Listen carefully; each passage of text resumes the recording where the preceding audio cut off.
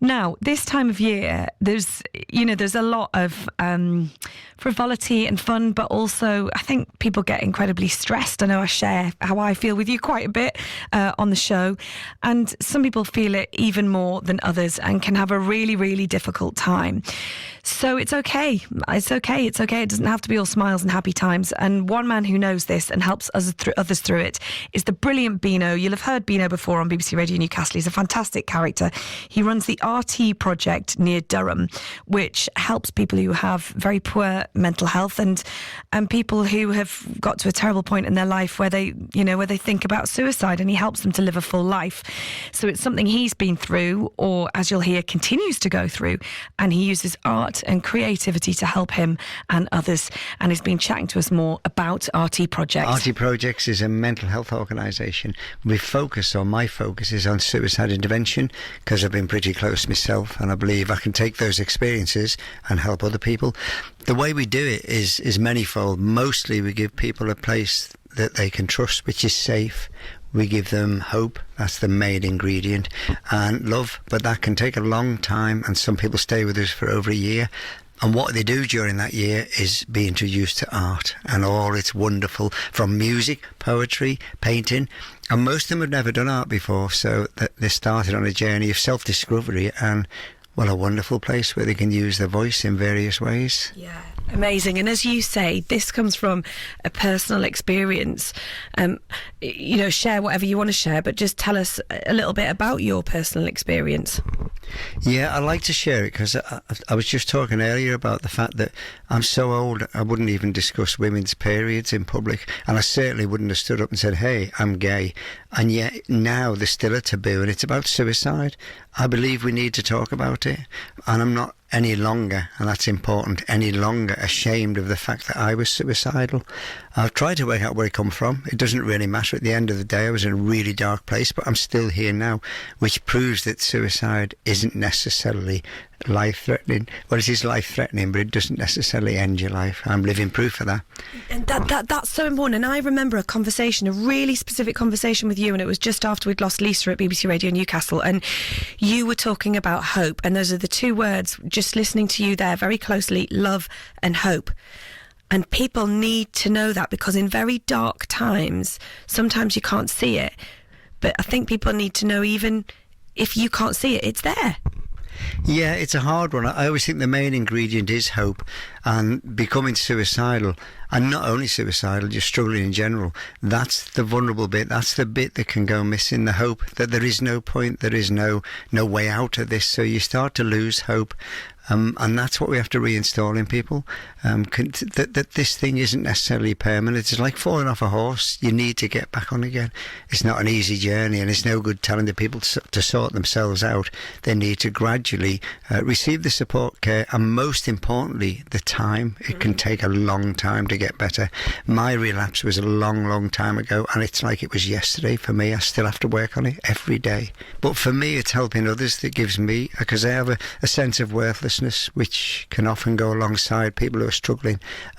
So to see other people on the floor, and then months later, maybe on a stage singing in front of a live audience, that just gives me a reason to carry on. Yeah, that's so interesting, because that when you're struggling, and when people struggle, and you're looking inwards all the time, that's that's destructive. And then when you start looking outwards, and like you've been helping so many other people, when you do that, that's when you start to see a bit of light by helping other people, I think.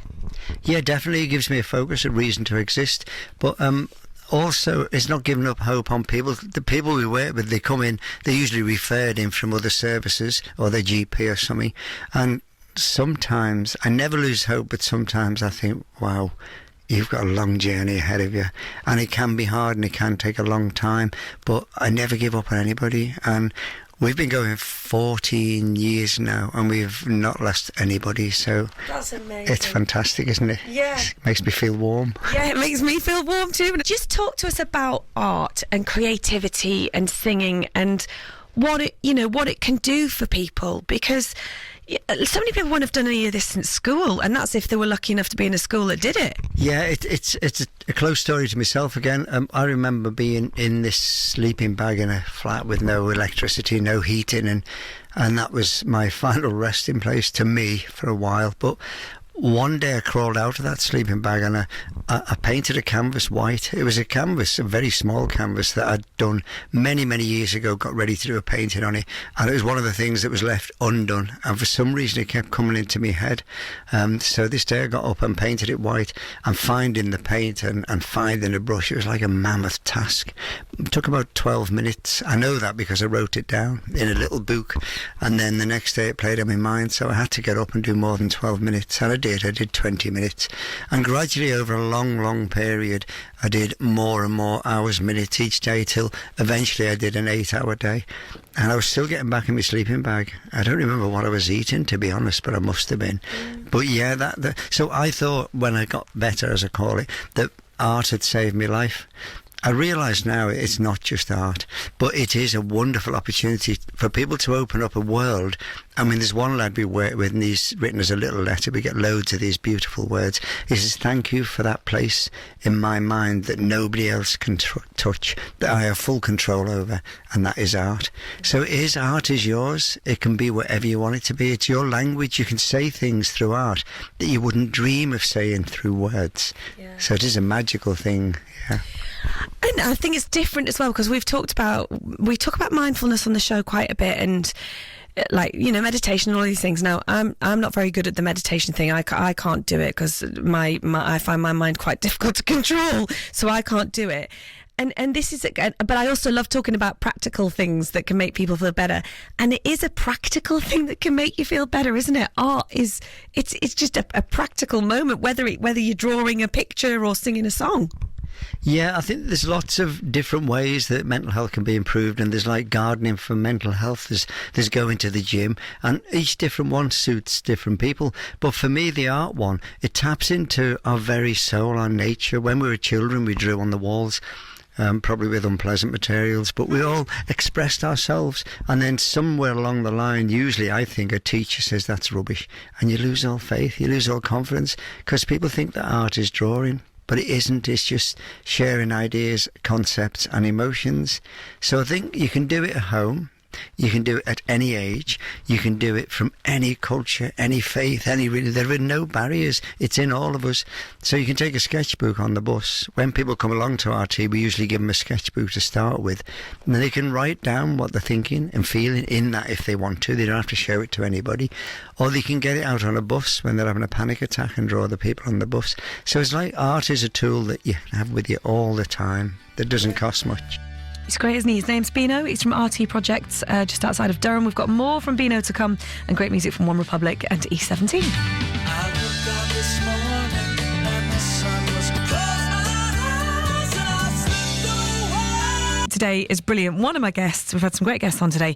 One of them is a fella called Beano. Now, Beano has been on BBC Radio Newcastle many times, and he's a phenomenal bloke, an incredible character, very open about the mental health struggles that he's had.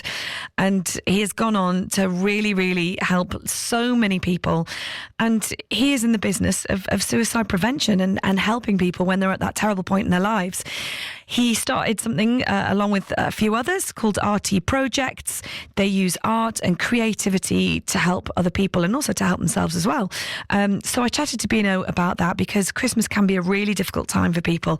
So he's been telling us about the support that they offer at this time of year. There's an atmosphere in RT Projects at the moment which isn't full of joy necessarily, because Christmas is coming. There's a blend, and a lot of people are starting to get quite stressed about it, and for good reason. And money is an obvious one. Yeah. Often for some it's being on your own for a while. If you're keeping a job down but you don't necessarily have a social life, then you've got a couple of days on your own. For me, it's at the Christmas dinner, it's the empty chairs. You know, I've lost my mum, I've lost my dad, I've lost really important people in my life, and I'm of that nature that I focus on the spaces rather than the people I'm with. That's called being miserable. No, I think a lot of people will. I think it's called being a feeler, isn't it? Yeah, it might be, maybe oversensitive. Yeah. But yeah, so there's also they talk about, Black Friday and all that. I like to think about, why don't we call it Debt January? Because people are going to have a horrible time in January, which is in response to what was that joy that was supposed to be Christmas. They've spent more than they could, and the pressure to do that is all the time now. Yeah. So I think there's lots of reasons. Also, bad things that have happened may well have happened around Christmas.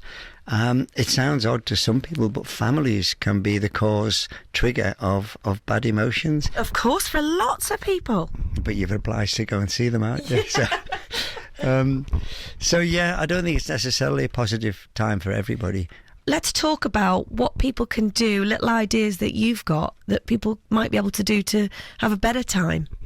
Yeah, I've learned a few tricks over the years, and I know Christmas, what it's about traditionally, and it's this big special day. It's probably made 10 times bigger than it is. So what I've managed to do is reduce it in my mind to just another day. But I often call it Beano's Day, so I'll make it my day, and I'll do what I want. I'll try not to let it all get in, thinking about how much fun other people are having or all the people who are not with us. I'll just do what I want on that day, and it might be a meal, but it might not be. It might be staying in bed till dinner time. It might be watching DVDs, sort of ignoring it, but not in the way of, like, I used to just walk up and down waiting for it to end. But now it's about me not getting through it, but making it mine, taking hold of it. And Christmas markets. Who needs to see another German sausage? There's a lot of Christmas markets out there that are just selling German sausage. But there are things about Christmas we're allowed not to like, I think, aren't there? You're allowed to feel. Yeah, I think it's important with all feelings that you connect with them in some way. And if you're feeling horrible, a lot of the people we work with who come into RT, the biggest fear is the fear of feeling fear. Yes, it's a fear. Yes, that's so true. It is, isn't it? Because fear's scary. Mm-hmm. Yeah, I've run away most of my life. Yeah. It's a sort of, and really the horror, the trauma, all of the things that have caused this are years away in the past. They've gone. They're not here anymore. But for some reason, when we think about them, it's triggered. We start going off our heads again. We start getting unbelievable fear. But it is actually just an emotion. Yeah, and when you're frightened of it and you build it up, that's and you're thinking, I don't want it to come, I don't want that panic attack. Whereas I read a book years ago by Dr. Claire Weeks, Self-Help for Nerves, it was called, this book. I think it's quite a famous book. And it was face it, accept it, and just let time pass. You kind of let it wave over you. It's like, let it be there. It's not going to hurt you. It can't hurt you. There's generally what I've realised within RT projects, there's two methodologies. My colleague does a lot of mindfulness and yoga and all that, and I can't go near it. If I sit down and don't have a task in front of me, then my head starts spinning and thinking things I don't necessarily want to think, feeling things I don't want to feel. So I just keep busy, and we call that distraction. So when people come in, I'm busy trying to work out whether they actually would benefit from mindfulness, or actually it might do them a lot of harm. So if it's distraction, then that suits me. I'll work with them. I'll keep them busy all day. But if it's about finding a way to relax, then Emma, my colleague, tends to work with them. Tell us about your T-shirt. Underneath that fantastic jacket, by the way. Tell us about your T-shirt. It's a Never Give Up T-shirt, which is a song that I wrote. I'm not a song... Well, I am actually now. I've written a few since. But I had a poem. I do read poems and write them and perform them.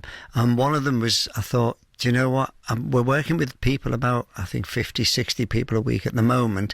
But there's hundreds, thousands of people out there who are struggling, and suicide or attempts, or people feeling that way, they're in some flat 2 miles away, or they're in Liverpool where I come from, or they're in Glasgow, or they're all over the world. And I got to thinking, how could we even begin to help those people who are never going to come anywhere near RT projects?